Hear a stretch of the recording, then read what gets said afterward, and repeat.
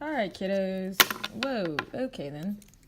That was smooth. Anyway, Miss Alves with a little bit of more review for you. Okay.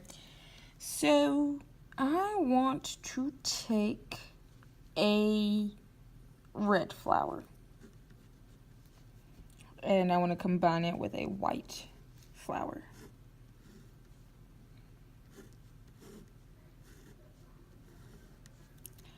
So I am going to do that Punnett square as I normally do, and RW will mean pink flowers. So what type of dominance is that? I want you to pause this video and try and guess, and then I'll tell you. Okay, so if you guessed incomplete, then you got it correct because R is red and W is white.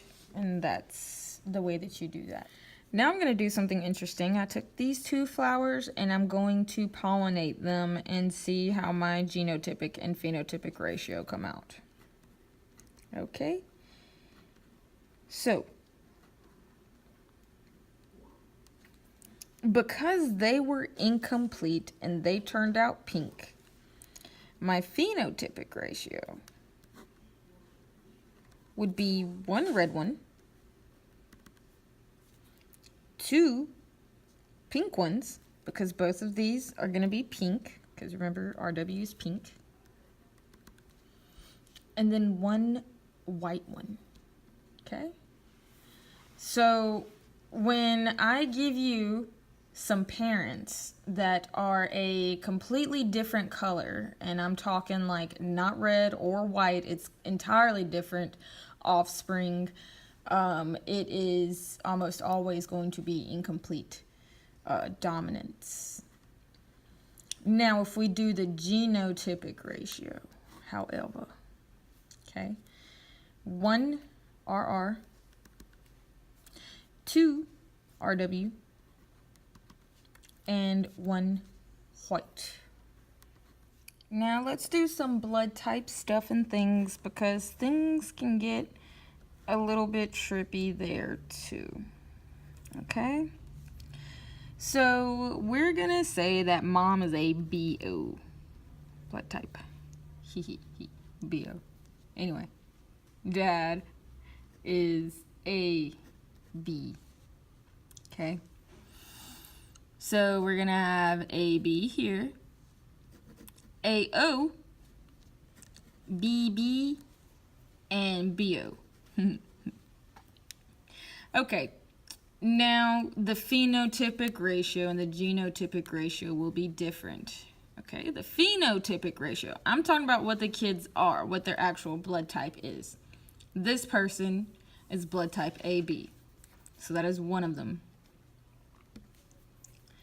This person is blood type A, and they're the only A, so that is another one of them. Now, this person is blood type B, but guess what? So is this person. It's kind of like if I have big B, and Carol has big B, little b, both of us still have brown hair. This person, both of them are still going to be type B. So that is a phenotypic ratio of 2, because I have 1 AB type, 1 A, and then 2 that are going to be B type. Now the genotypic ratio is going to look way different, because, let's see here, I'm looking for genotype, you know, the actual letters, the whole letters, not just what they look like. So this person here is type AB. That's one of them. Okay. This person is type A. That's another one. Now these two, they may both be type B, but they have extremely different genotypes, okay?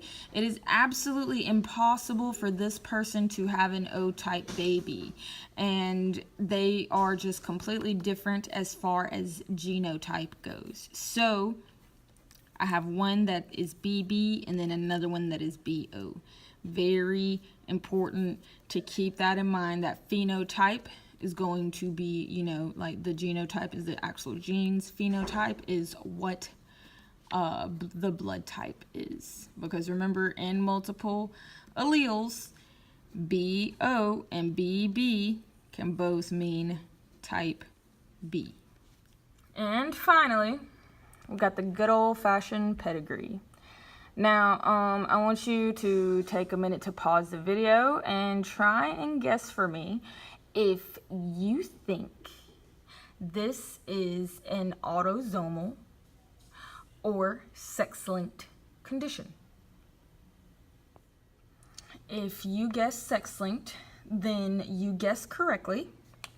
And now we have to figure out what her genotype is. Okay, well, the fact that her mother had it and her father didn't, and that made her sister a carrier, and then suddenly her children have it, that tells me that she has it. I don't know yet if she is a carrier or if she's affected by the condition, but she does in fact have it.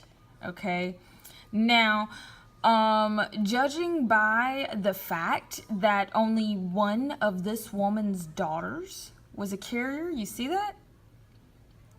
That tells me that this little girl had a chance of not getting the condition at all. So that tells me that mom must not have had the complete condition and that she only had a portion of it. So if you guess that this woman's genotype was heterozygous for carrier, then you guessed correctly. And the reason that I know that is because, again, I know that it is sex-linked, and I know that these boys were infected with it, and only one daughter carried the condition. Now, if mom was fully affected, then both daughters would be carriers. And if you are unsure about this question like this, then just I would recommend to you to make a Punnett square starting back at generation 1. That's probably your best bet if you get stuck on a question like this. Now, if you should have any more questions, I would encourage you to come see me at break tomorrow or message me on Remind. Good luck to everyone, and I'll see you all then.